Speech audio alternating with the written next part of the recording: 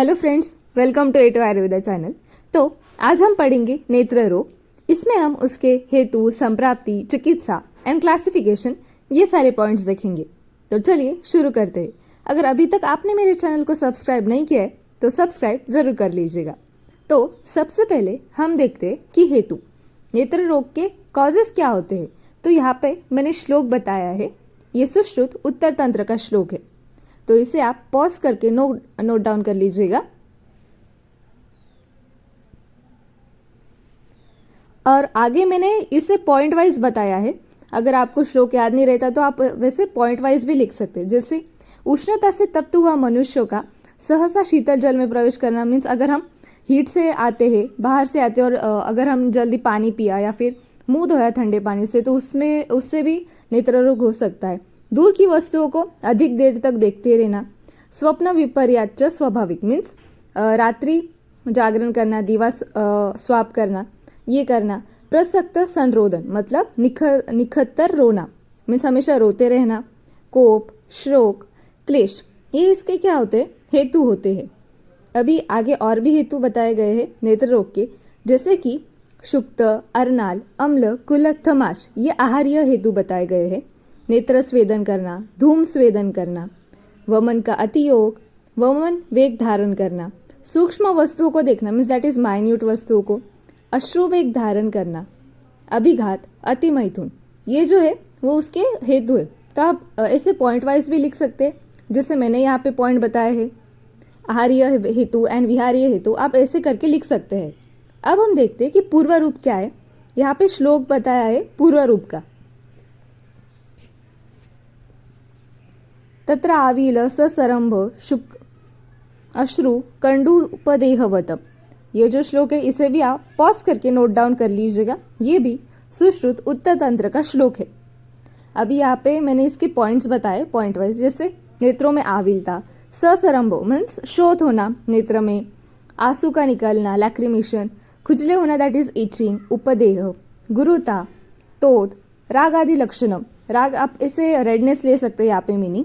वर्तम कोश में शूल means eyelids में शूल होना, ये भी पूर्व रूप हो सकता है। अगर वात प्रधान है तो वेदना, पित्त है तो दाह एंड कफ दोष की दृष्टि है तो गुरुता, ये सब आपको पूर्व रूप में देखने को मिलेंगे।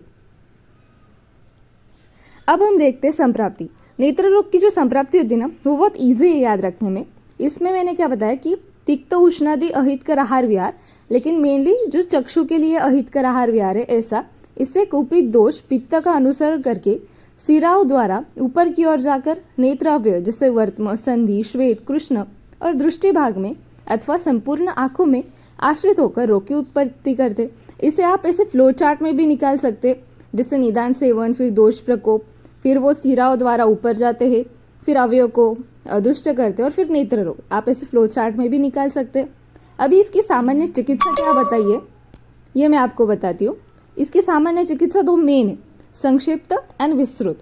संक्षिप्त चिकित्सा में क्या बताया, निदान परिवर्जन, मीन्स जिस हेतु से नेत्र रोग होता है उसे आप वर्ज्य कीजिएगा। और विस्तृत चिकित्सा में शोधन, शमन, क्रियाकल्प उपयोग एंड शस्त्रकर्म, ये विस्तृत चिकित्सा में आता है। और ये श्लोक भी बहुत ईजी है, आप इसे श्लोक भी याद रख सकते हैं।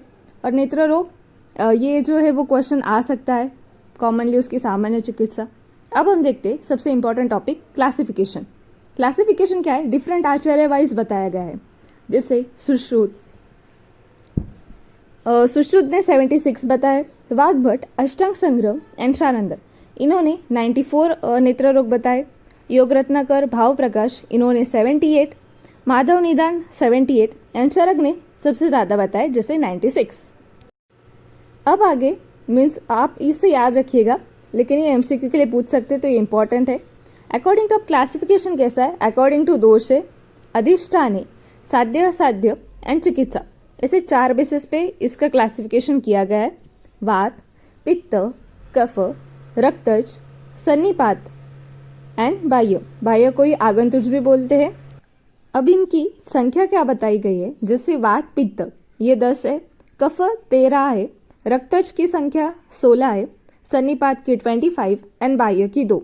ये जो है ये आप सीक्वेंसली याद रखिएगा, सबसे ज्यादा 25 सन्निपात होते हैं और सबसे कम 2 बाह्य होते।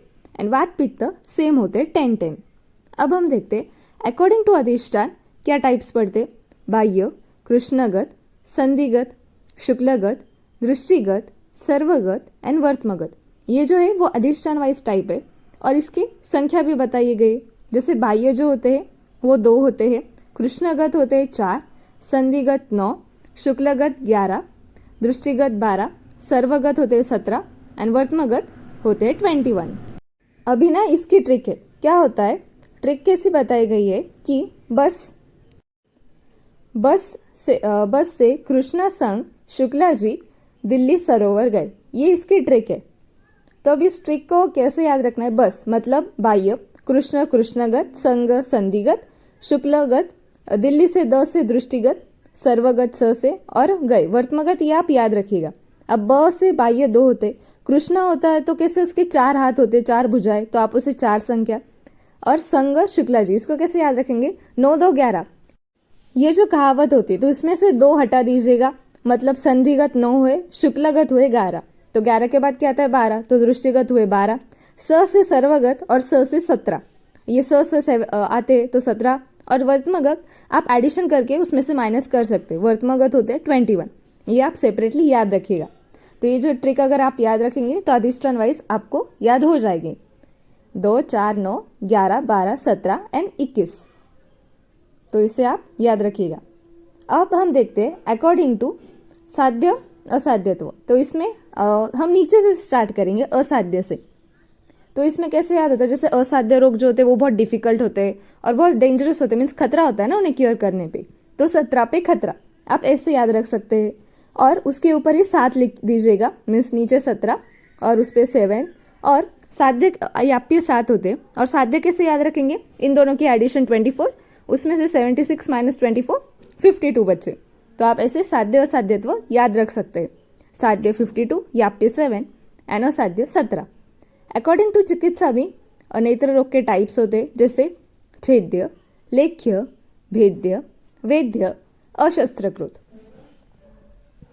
तो इससे छेद्य कितनी संख्या होती है, उसकी संख्या होती है 11, लेख्य 9, भेद्य 5, वेद्य 15, अशस्त्रकृत 12।